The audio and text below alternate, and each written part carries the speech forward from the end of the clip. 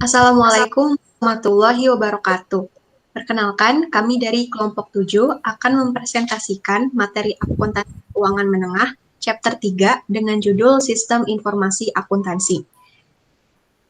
Kelompok kami terdiri dari Balkis Aisyah Handayani, Intan Zagita Putri, dan saya Latifah Putri Pawitan. Akuntansi keuangan menengah kami diampu oleh Bapak Dr. Sparta. Baik, langsung saja masuk ke materinya. Chapter 3 tentang Sistem Informasi Akuntansi. Tujuan pembelajarannya menjelaskan sistem informasi akuntansi dasar, mencatat dan meringkas transaksi dasar, mengidentifikasi dan buat jurnal penyesuaian, siapkan laporan keuangan dari neraca saldo yang disesuaikan dan membuat jurnal penutup. Yang terakhir menyusun laporan keuangan untuk perusahaan dagang. Next.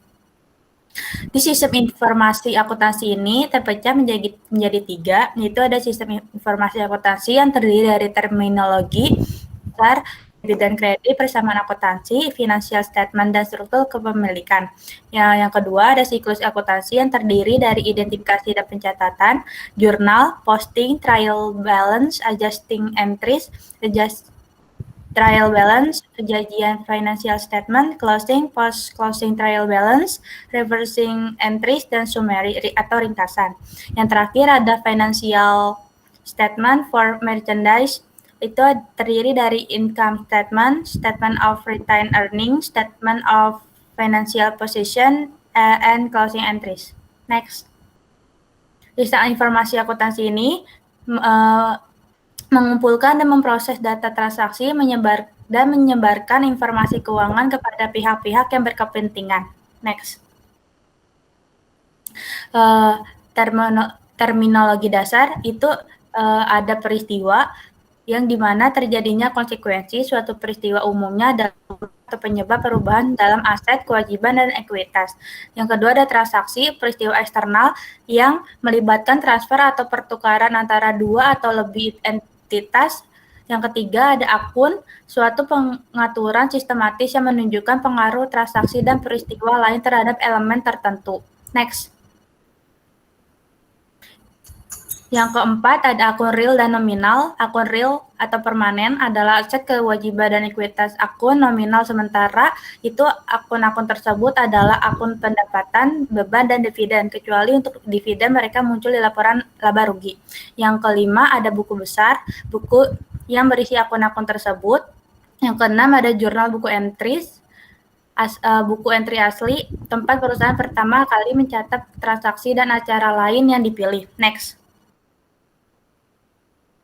Lalu ada posting, neraca saldo, menyesuaikan entry, laporan keuangan, dan penutupan entry.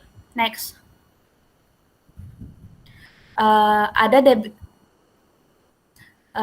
debit dan kredit, itu di mana sebuah akun menunjukkan pengaruh transaksi pada aset, kewajiban, ekuitas, pendapatan, dan akun beban tertentu. Lalu, double entry sistem akuntansi berpasangan, pencatatan yang dilakukan dengan mendebit setidaknya satu akun dan mengkredit yang lain. Lalu, debit harus sama dengan kredit. Next. Akun ini adalah pengaturan yang menunjukkan pengaruh transaksi pada account, debit itu di kiri, kredit itu di kanan. Seperti gambar pada sebuah bentuk akun T. Next. Di sini ada contoh, jika entry debit lebih besar dari entry kredit, account akan memiliki saldo yang terletak pada posisi debit.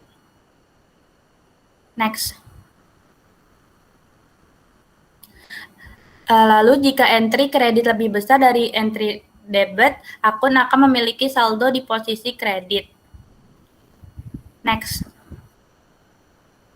Di sini ada ringkasan debit dan kredit. Normal balance debit itu aset debitnya naik, kreditnya turun. Ada aset, expense, equity, liabilities, dan revenue. Next. Di sini ada ringkasan debit dan kredit juga dari statement of financial position dan income statement. Next.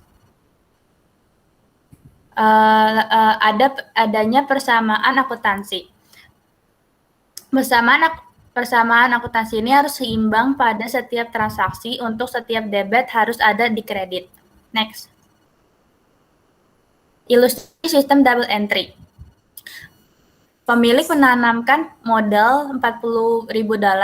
Ini membuat aset bertambah $40.000 dan equity bertambah juga $40.000. Jadi aset bertambah 40, lalu equity bertambah $40.000. Next. Membayar $600 tunai untuk upah sekretaris. Jadi aset berkurang 600, equity berkurang 600 di expense. Yang ketiga, pembelian peralatan kantor harga $5.200 memberikan nota janji bayar 10% di bursa. Jadi aset bertambah $5.200 dan liabilities bertambah $5.200. Next. Menerima kas $4.000 untuk jasa yang diberikan, aset bertambah $4.000 dan equity bertambah $4.000 di revenue. Lalu melunasi kewajiban jangka pendek sebesar $7.000. Jadi aset berkurang $7.000, liabilities berkurang $7.000. Next. Lalu mengumumkan pembagian dividen kas sebesar $5.000.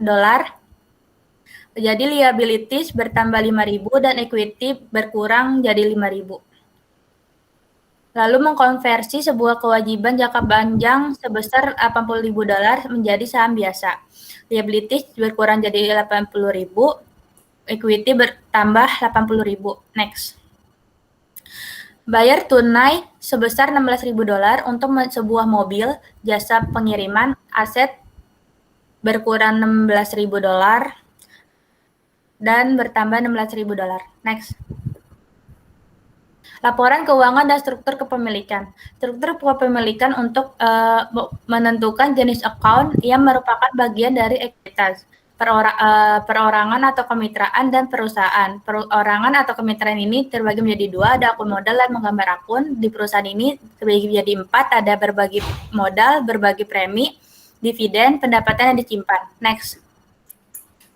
Laporan keuangan dan struktur kepemilikan ini adanya equity. Equity dibagi menjadi dua, ada share capital dan return earning atau investasi oleh pemegang saham dan laba ditahan. Laba ditahan ini dibagi menjadi dua, itu ada dividends dan pendapatan dikurang biaya atau income statement. Next. Lalu ada transaksinya itu ringkasannya dari penjualan, posting, neraca saldo, penyesuaian, neraca saldo yang disesuaikan, laporan keuangan, menurut entry, pasca penutupan neraca saldo, dan membalikan entry. Next.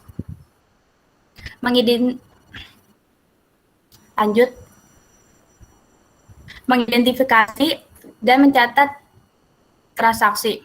Apa yang harus diingat?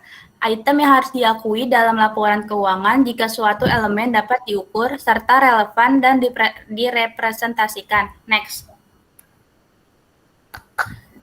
Penjualannya, September 1, pemegang saham menginvestasikan uang tunai $15.000 dalam perusahaan dengan imbalan saham biasa, yaitu cash terhadap share capital ordinary, cashnya $15.000, kreditnya $15.000. Next.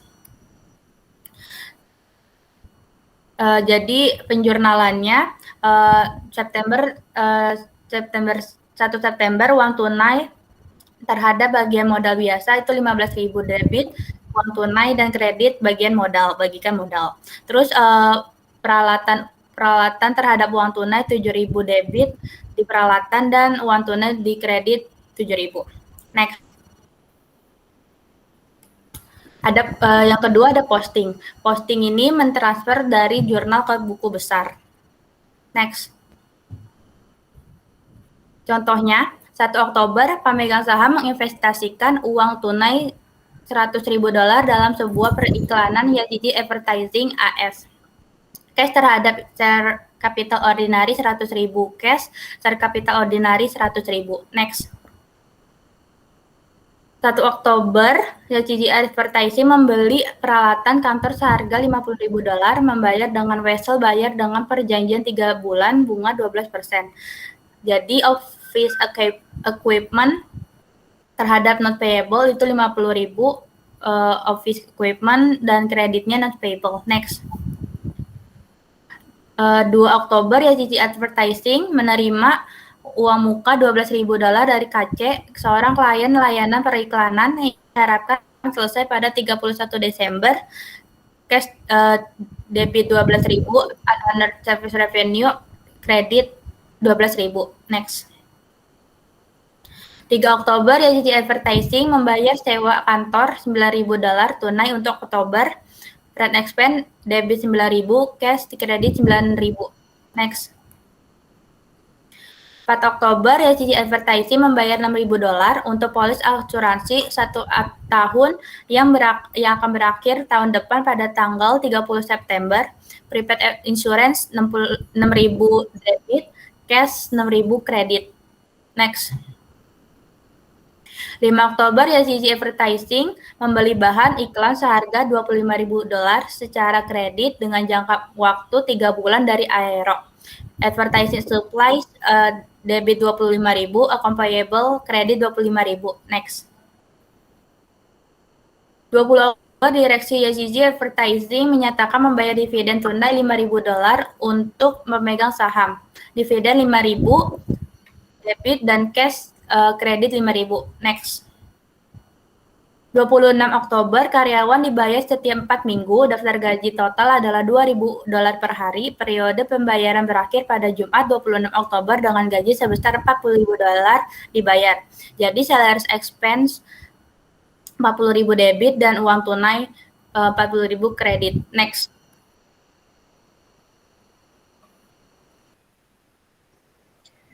Contoh selanjutnya dari posting, yaitu tanggal 31 Oktober, YCG Advertising menerima kas sebesar $28.000 dan bill Scopa Company $72.000. Untuk jasa pengiklanan sebesar $100.000 dilakukan pada bulan Oktober. Nah, jadi jurnalnya itu cash-nya $28.000 di debit dan account receivable di debit juga $72.000 terhadap service revenue $100.000 di kredit. Lalu setelah jurnal diposting ke buku besar, cash-nya, account receivable, dan account service revenue. Next. Nah, setelah jurnal diposting, lalu diposting di buku besar, lalu dibuatlah neraca saldo. Neraca saldo adalah daftar akun yang saldonya saldonya pada waktu tertentu. Biasanya dibuat di akhir periode akuntansi. Nah, di sini kan ada ya bentuk dari neraca saldo. Neraca saldo itu terdiri dari yang pertama mencantumkan judul akun dan saldonya. Judul akunnya itu seperti cash, akun receivable, dan lain-lain sampai rent expense. Dan saldonya itu yang ada di debit dan kredit.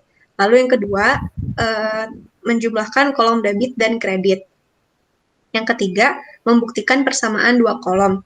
Jadi kalau misalkan debit dan kreditnya sama, berarti itu benar. Kalau misalkan salah, harus diperiksa lagi di jurnal atau enggak di buku besar. Nah, selama perusahaan memposting debit dan kredit yang sama, bahkan akun atau jumlahnya salah, total debit akan sama dengan total kredit. Jadi nggak ngejamin kalau misalkan debit kreditnya jumlahnya sama, nggak ngejamin itu tuh benar.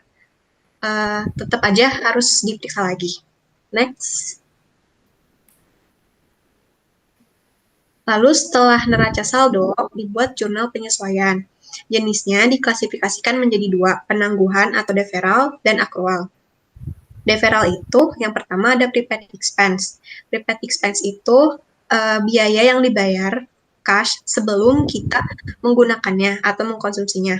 Lalu yang kedua ada unearned revenues, yaitu cash yang diterima kita sebelum kita melakukan jasa kita kepada orang lain. Lalu accruals, yang pertama itu ada accrued revenues. Accrued revenues itu pendapatan dari jasa yang kita lakukan, tapi kita belum menerima cash-nya atau belum dicatat. Dan yang kedua ada accrued expense, yaitu biaya yang sudah terjadi, tapi kita belum bayar atau kita belum catat. Next. Nah, ini penjelasannya untuk jurnal penyesuaian yang deferrals. Yang pertama itu kan prepaid expense. Jadi biayanya sudah dibayar di muka. Perusahaan mendebit akun aset untuk menunjukkan layanan dan manfaat yang akan diperolehnya di masa depan. Contoh pembayaran dari prepaid expense itu asuransi, perlengkapan, iklan, sewa. Selain itu, perusahaan melakukan pembayaran di muka ketika mereka membeli bangunan dan peralatan. Next. Contoh dari prepaid expense yang pertama itu supplies. 5 Oktober, YCZ Advertising membeli perlengkapan iklan sebesar 25.000. YCZ mendebitkan aset persediaan. Akun ini menunjukkan saldo 25.000 di bulan Oktober 31 pada neraca saldo. Tanggal 31 Oktober, hitungan inventaris pada penutupan bisnis dan mengungkapkan bahwa 10.000 persediaan masih ada. Jadi, biaya perlengkapan yang digunakan adalah 15.000. Dari yang kita udah bayar 25.000, ternyata masih ada sisanya 10.000. Jadi, biaya beban supplies-nya itu 15.000. Ini jurnalnya, supply expense-nya debit sebesar 15.000 dan supplies-nya 15.000 di kredit. Setelah itu diposting ke buku besar. Next. Contoh yang kedua ada asuransi. 4 Oktober, YCZ Advertising membayar 6.000 untuk polis asuransi kebakaran 1 tahun ke depan. Mulai 1 Oktober, YCZ mendebit biaya premi ke asuransi prabayar. Analisis kebijakan mengungkapkan bahwa sebesar 500.000 tiap bulan dari 6.000 dibagi 12. 12 itu 1 tahun kan 12 bulan. Lalu dimasukkan ke jurnal. Tanggal 31 Oktober, insurance expense-nya 500 di debit, prepaid insurance-nya 500 di kredit. Lalu diposting ke buku besar. Itu ada adjusting ya. Bisa dilihat. Next. Contoh yang selanjutnya ada depresiasi. YCZ memperkirakan penyusutan peralatan kantornya 48.000 per tahun. Dari biaya awal equipment itu 50.000 dikurangi nilai sisa 2.000, 48.000 kan, dibagi masa manfaatnya 10 tahun, jadi 4.800 per tahun. Atau dibagi 12, jadi 400 per bulan. Dimasukkan ke jurnal, depreciation expense-nya 400 di debit, accumulated depreciation equipment 400 di kredit. Lalu diposting ke buku besar yang adjusting aja, berarti accumulated depreciation equipment sama depreciation expense-nya aja yang di-adjust. Next. Masih jurnal penyelesaian untuk deferral, tadi prepaid expense, sekarang unearned revenues, yaitu ketika perusahaan menerima uang tunai sebelum layanan dilakukan. Mereka mencatat kewajiban dengan mengkreditkan akun kewajiban yang disebut pendapatan diterima di muka. Next. Contoh dari unearned revenue itu, YCZ Advertising menerima $12.000 pada 2 Oktober dari Equinox untuk layanan iklan yang diharapkan akan selesai pada 31 Desember. YCZ mengkreditkan pembayaran ke unearned service revenue. Akun kewajiban ini menunjukkan saldo sebesar $12.000 pada neraca saldo 31 Oktober. Perubahan menentukan bahwa ia harus mengakui 4.000 pendapatan pada bulan Oktober. Kenapa 4.000? Jadi dari 12.000 itu kan dari Oktober, September, dari Oktober ke Desember 3 bulan. Jadi 12 dibagi 3 sama dengan 4.000. Lalu dibuat jurnalnya. Jurnalnya itu unearned service revenue di debit sebesar 4.000 terhadap service revenue 4.000 di kredit. Lalu diposting ke buku besar, penyesuaiannya adjust. Next. Lalu setelah jurnal penyesuaian untuk deferral, ada yang untuk aktual. Ada 2, yang pertama accrued revenues. Ketika biaya dibayar di muka, perusahaan mendebit akun aset untuk menunjukkan layanan atau manfaat yang akan diperolehnya di masa depan. Contoh pembayaran di muka umum adalah asuransi, perlengkapan iklan, dan sewa. Selain itu, perusahaan melakukan pembayaran di muka ketika mereka membeli bangunan dan peralatan. Accrued expense, yaitu biaya yang masih harus dibayar. Beban yang terjadi tetapi belum dibayar atau dicatat pada tanggal laporan disebut akrual. Biaya seperti bunga, sewa, pajak, dan gaji. Next. Contohnya, dari accrued revenues pada bulan Oktober, YCZ Advertising melakukan layanan senilai 2.000 yang tidak ditagihkan kepada klien pada atau sebelum 31 Oktober karena layanan ini tidak ditagih. Mereka tidak dicatat. Akrual di pendapatan layanan yang tidak tercatat meningkatkan akun aset piutang usaha. Lalu di jurnal, akunnya itu piutang atau account receivable 2.000 di debit terhadap service revenue 2.000 di kredit. Lalu diposting ke buku besar penyesuaiannya pada account receivable dan service revenue. Next. Contoh dari accrued interest. Contoh dari accrued expense ada accrued interest. YCZ Advertising menandatangani wesel bayar 3 bulan sejumlah 50.000 pada 1 Oktober. Wesel itu mensyaratkan bunga dengan tingkat bunga tahunan 12%.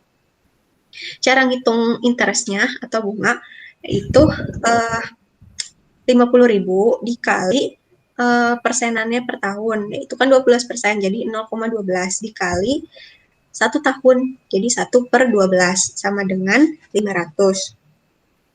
Lalu dimasukkan ke jurnal pada 31 Oktober, interest expense-nya 500 di debit terhadap interest payable 500 di kredit. Lalu diposting ke buku besar penyesuaiannya pada interest expense dan interest payable. Next. Contoh yang kedua dari accrued expense yaitu accrued salaries and wages. Pada tanggal 31 Oktober, gaji dan upah untuk hari-hari ini merupakan beban yang masih harus dibayar dan tanggung jawab kepada YCZ. Karyawan menerima total gaji dan upah 10.000 untuk 5 hari kerja atau 2.000 per hari. Jadi gaji dan upah yang masih harus dibayar pada tanggal 31 Oktober adalah 6.000. Jadi yang belum dibayar tuh tanggal 29, 30, dan 31. 3 kali 2.000, 6.000. Lalu dimasukkan ke jurnal. Pada tanggal 31 Oktober, salaries and wages expense 6.000 di debit terhadap salaries and wages payable 6.000 di kredit. Lalu diposting ke buku besar penyesuaiannya pada akun salaries and wages expense dan salaries and wages payable. Next.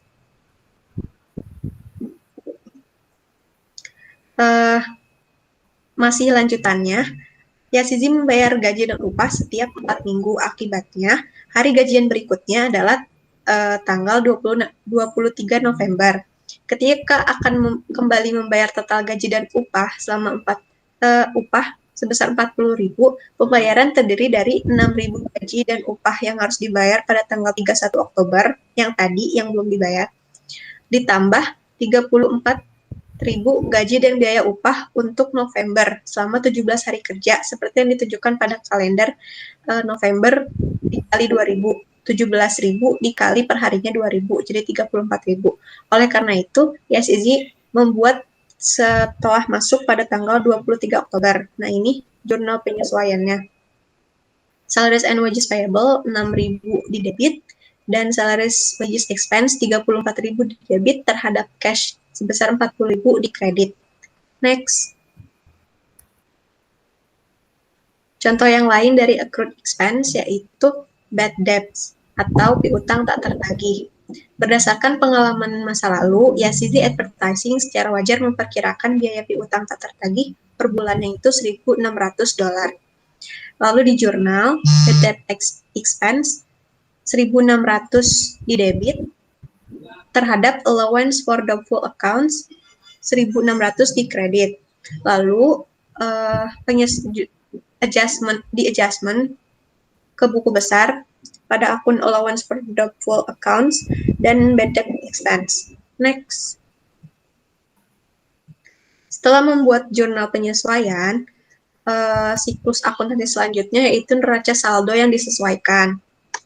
Tujuan dari neraca saldo yang disesuaikan adalah untuk membuktikan kesetaraan total saldo debit dan total saldo kredit pada buku besar setelah semua penyesuaian. kan tadi ada beberapa akun yang disesuaikan. Nah, itu ditulis lagi di neraca saldo yang disesuaikan yang baru. Next. Setelah membuat neraca saldo yang disesuaikan, langkah ke-6 dari siklus akuntansi yaitu laporan keuangan. YCZ Advertising dapat menyiapkan laporan keuangan langsung dari saldo uji coba yang disesuaikan. Laporan keuangannya itu dari neraca saldo yang disesuaikan bisa langsung nih dibuat ke income statement, return earning, dan next. Dan statement of financial position udah ya. Lalu siklus akuntansi yang ketujuh yaitu menutup entry. Proses penutupan mengurangi saldo akun nominal sementara menjadi nol untuk menyiapkan akun untuk transaksi periode berikutnya dalam proses penutupan YCZ Advertising. Mereka mentransfer semua saldo akun pendapatan dan pengeluaran atau income statement ke rekening clearing atau yang disebut income statement. Menutup entry hanya pada akhir tahunan perusahaan periode akuntansi. Nah, ini jurnalnya 31 Oktober, service revenue pada income summary. Jadi ditutup semuanya. Lalu income summary-nya pada supplies expense, semua supplies. Lalu income summary pada return earning. Lalu tanggal 31 lagi return earning-nya terhadap dividen. Next. Nah, lalu setelah membuat jurnalnya diposting ke buku besar. Buku besar penutup. Bisa dilihat ya. Nah, income summary-nya itu berasal dari yang pertama dari expense. Semua expense dimasukkan ke income summary. Lalu dari service revenue, revenue-nya dimasukkan juga ke income summary. Dan dari return earning ke income summary juga. Nah, terus return earning-nya ini ada yang dari dividen. Dividennya itu dipindahin ke return earning. Next. Selanjutnya ada posting closing trial balance atau neraca saldo setelah penutupan. Jadi, pada ilustrasi 3.40, ingatlah bahwa neraca saldo disiapkan setelah memposting transaksi reguler pada periode tersebut dan bahwa neraca percobaan kedua, saldo percobaan yang disesuaikan terjadi setelah posting jurnal penyesuaian. Perusahaan dapat mengambil neraca saldo ketiga setelah memposting entry penutup. Jadi neraca saldo setelah penutupan memberi bukti bahwa perusahaan telah membuat jurnal dengan benar dan diposting entry penutup. Hal ini juga menunjukkan bahwa persamaan akuntansi seimbang pada akhir periode akuntansi. Namun, seperti neraca saldo lainnya, itu tidak membuktikan bahwa Yazici telah mencatat semua transaksi atau buku besar itu benar. Misalnya, neraca saldo setelah penutupan akan seimbang jika suatu transaksi tidak di jurnal dan diposting, atau jika suatu transaksi di jurnal dan diposting 2 kali. Selanjutnya ada mengembalikan entry langkah opsional. Jadi beberapa akuntan lebih suka membuat ayat jurnal pembalik pada awal akuntansi berikutnya.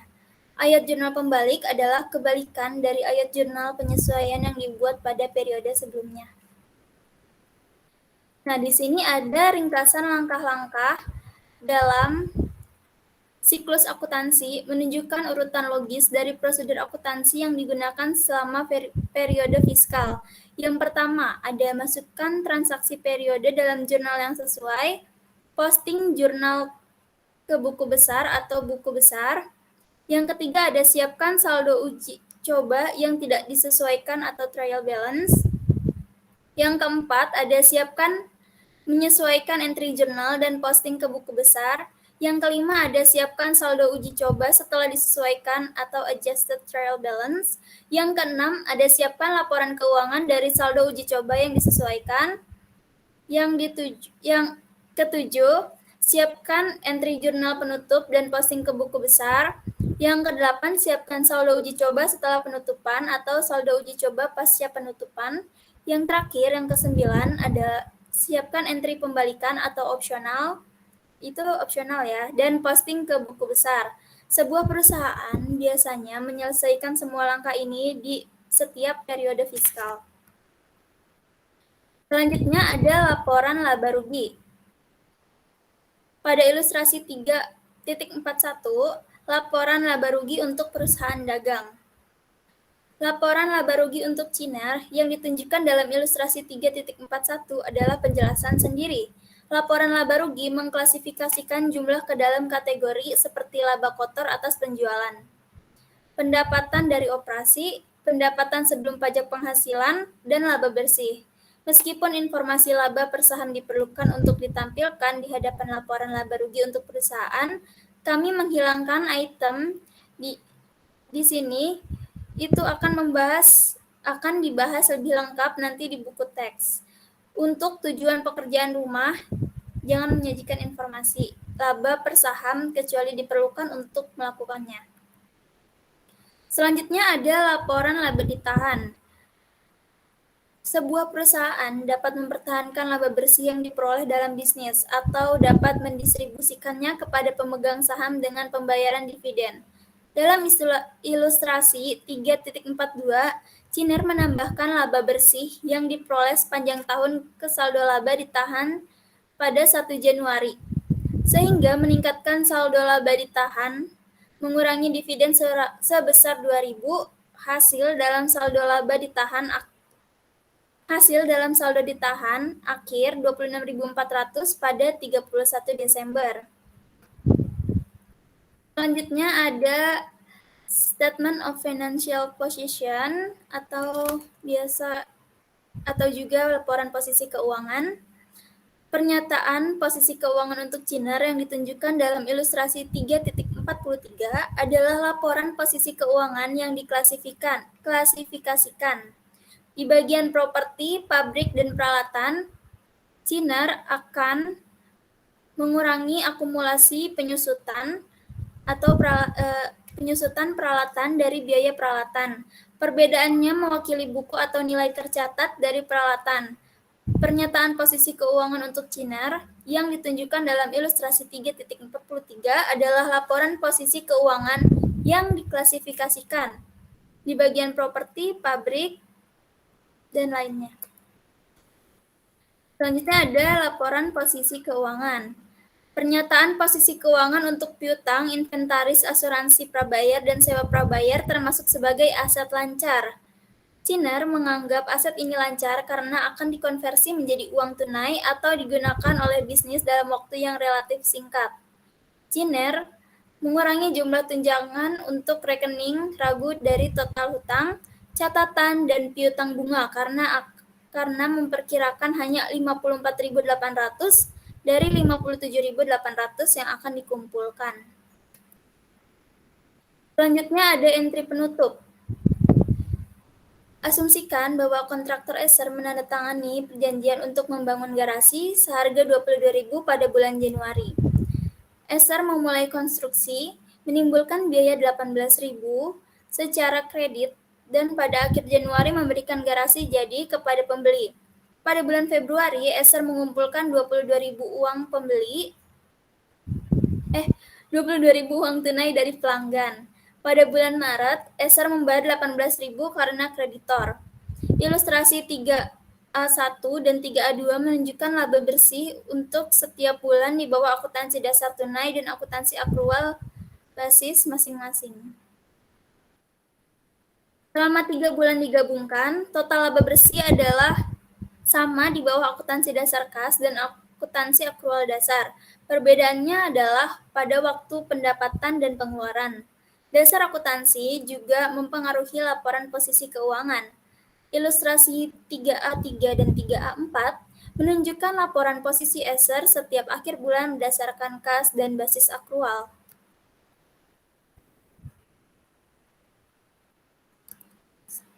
Selanjutnya ada analisis laporan laba rugi dan laporan posisi keuangan. Analisis laporan laba rugi Esser dan laporan posisi keuangan menunjukkan cara-cara di mana akuntansi dasar kas tidak konsisten dengan teori dasar. Yang pertama, Dasar kas mengecilkan pendapatan dan aset dari konstruksi dan pengiriman garansi pada bulan Januari. Ini mengabaikan 22.000 piutang, mewakili arus kas masuk jangka pendek di masa depan.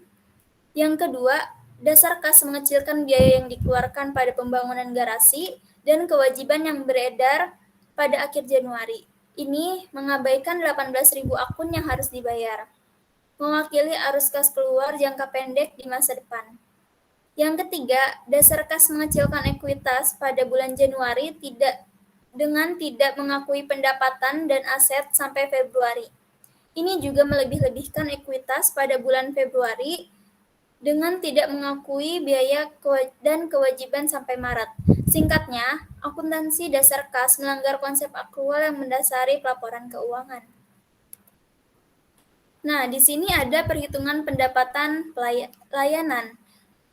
Di ilustrasi 3.5, Financial Information Relate to Dr. Iliwan, pada tahun 2022, Dr. Liwan, seorang dokter gigi, menerima 300.000 dari pasiennya dan membayar 170.000 untuk biaya operasional, sehingga kelebihan penerimaan uang tunai atas pencairan sebanyak 130.000, yaitu dari 300.000 penerimaan dari pasien dikurangi 170.000 membayar untuk biaya operasional.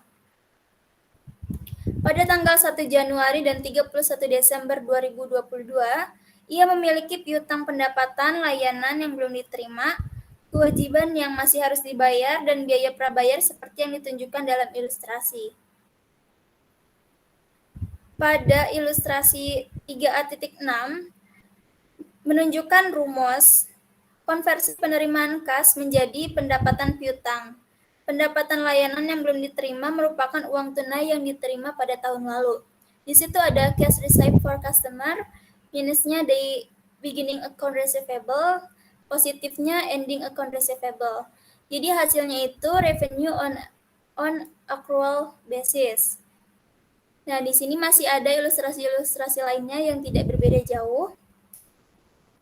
Nah, ini kelemahan teoritis dari kas dasar uang tunai melaporkan kapan tepatnya uang tunai diterima dan ketika uang tunai dicairkan. Bagi banyak orang, informasi itu mewakili sesuatu yang konkret. Jika demikian, lalu apa manfaat akuntansi akrual? Ekonomi saat ini jauh lebih dilumasi oleh kredit daripada dengan uang tunai. Basis akrual bukan dasar kas, mengakui semua aspek fenomena kredit, investor, kreditur, dan lainnya. Selanjutnya, ada ilustrasi 3B.1 untuk mengilustrasikan penggunaan entry pengembalian untuk biaya prabayar. Kami menggunakan data transaksi dan penyesuaian berikut. Jadi, pada 10 Desember, entry awal membeli 20.000 persediaan dengan uang tunai. Dan yang kedua, pada tanggal 31 Desember, ditentukan bahwa 5.000 persediaan ada di tangan. Selanjutnya ada perbandingan entry untuk penangguhan dengan dan tanpa membalikan entry setelah entry penyesuaian pada 31 Desember. Terlepas dari apakah menggunakan entry pembalikan, persediaan akun aset menunjukkan saldo 5.000 dan biaya persediaan menunjukkan saldo 15.000. Jika perusahaan awalnya mendebet biaya persediaan ketika membeli persediaan, kemudian membuat entry yang berbalik untuk kembali ke rekening pengeluaran biaya persediaan yang tidak dimasukkan.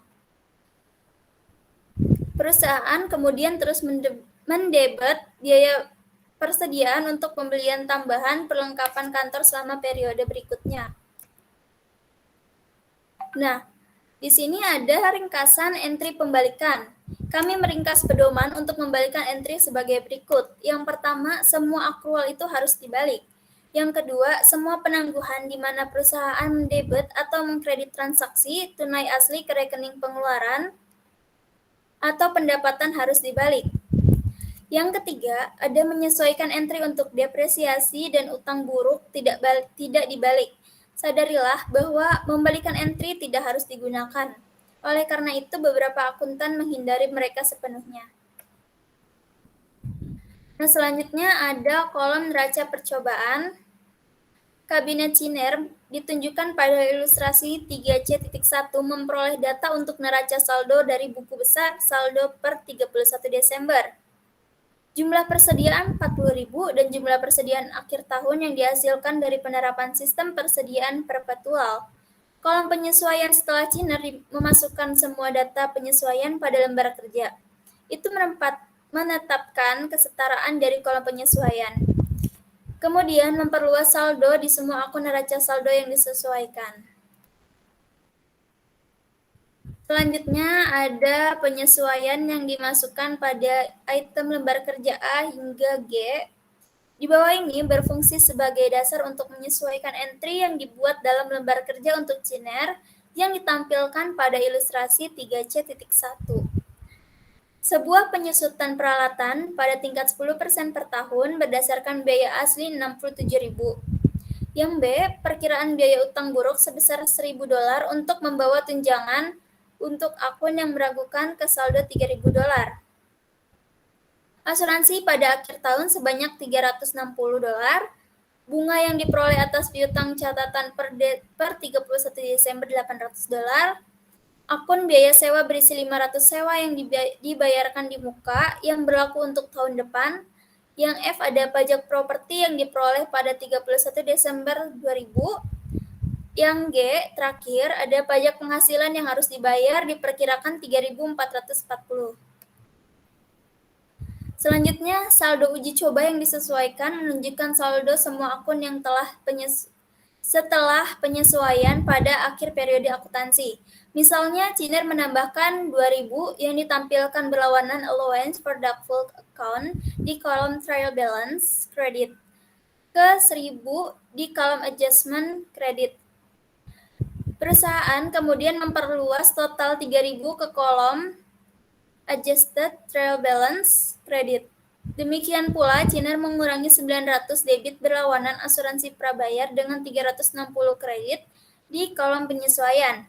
Hasilnya, 540 ditampilkan dalam kolom adjusted trial balance. Selanjutnya ada soal dan jawaban. Yang pertama, sebelumnya ini adalah soal dan jawaban untuk chapter 1 dan chapter 2. Yang pertama ada question 1, number 15. Apa masalah dasar akuntansi yang diciptakan oleh asumsi unit moneter ketika ada inflasi yang signifikan? Apa yang menjadikan posisi Dewan Standar Akuntansi Internasional atau IASB pada unit moneter yang stabil? Jawabannya, asumsi unit moneter mensyaratkan bahwa hanya ada data transaksi yang mampu dinyatakan dalam hal uang yang dimasukkan dalam catatan akuntansi.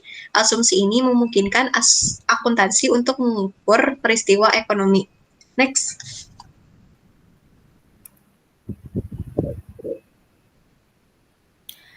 Soal dan jawaban yang kedua, Ki 1.23, seorang penulis baru-baru ini mencatat bahwa persentase yang tinggi dari semua perusahaan menyiapkan pernyataan yang sesuai dengan IFRS, lalu mengapa ada kekhawatiran tentang pelaporan keuangan yang curang? Jawabannya, karena penyusunan laporan keuangan sesuai dengan IFRS tidak menjamin tidak adanya pelaporan penipuan. Jika informasi yang diberikan sesuai dengan IFRS tetapi salah, maka mungkin ada kemungkinan penipuan.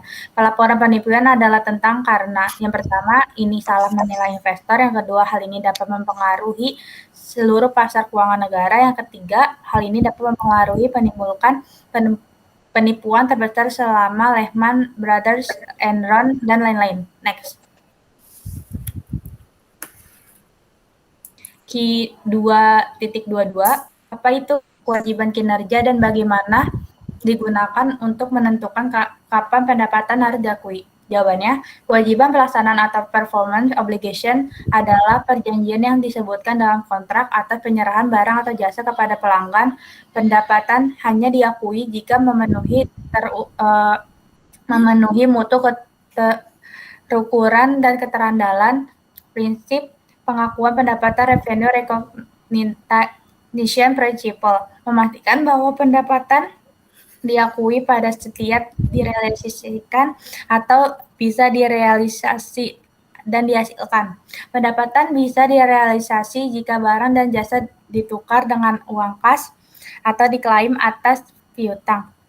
Pendapatan juga bisa direalisasi jika aktiva yang diterima dalam pertukaran langsung bisa dikonversi menjadi kas atau klaim atau kas dengan jumlah yang bisa dikenal.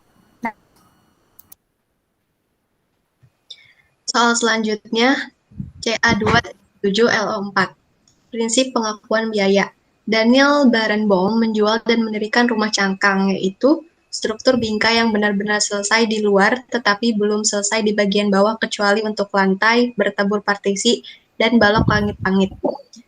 Cell houses dijual terutama kepada pelanggan yang berkuda dengan alat dan memiliki waktu untuk melakukan kabel interior, paledeng, penyelesaian dinding dan finishing, dan pekerjaan lain yang diperlukan untuk membuat rumah sel tinggal layak huni.